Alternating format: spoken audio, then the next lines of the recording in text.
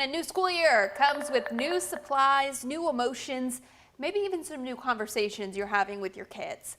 There are 27 schools nationwide that have endured the trauma and pain accompanying a shooting in the place that you send them to learn just so far this year. I sat down with a psychologist to learn more about how and when to discuss danger at school with your student. It's concerning to me that they are experiencing these sort of realistic scenarios that we have to run through of what if this happens. According to Education Week, 83 people so far in 2022 were killed or injured in a school shooting.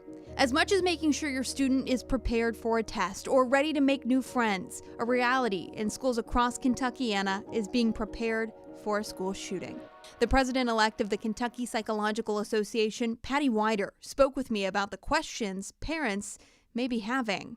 I think avoiding the conversations altogether can leave kids to fill in the gaps on their own, and so we don't want that to happen. We don't want them going to search the internet on their own or talk to a friend without having conversations with a trusted adult. There's no specific right time to have the talk, but by failing to talk to your child about gun violence, you leave their imaginations open to create the worst-case scenario. Sometimes in these situations, Wider says the best thing you as a parent or trusted adult can do is really say nothing. Letting them talk, so, really sort of asking some questions to allow them to open up about what's concerning to them, what's on their mind, what are their hopes about the upcoming school year, but also what maybe some of the concerns might be that they have.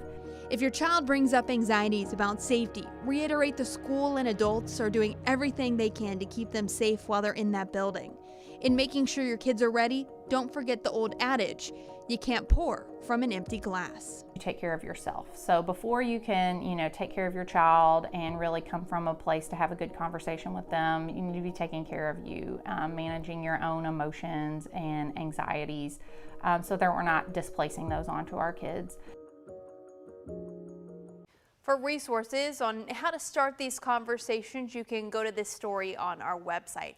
We have more details on conversation starters and how to find counselors in our community.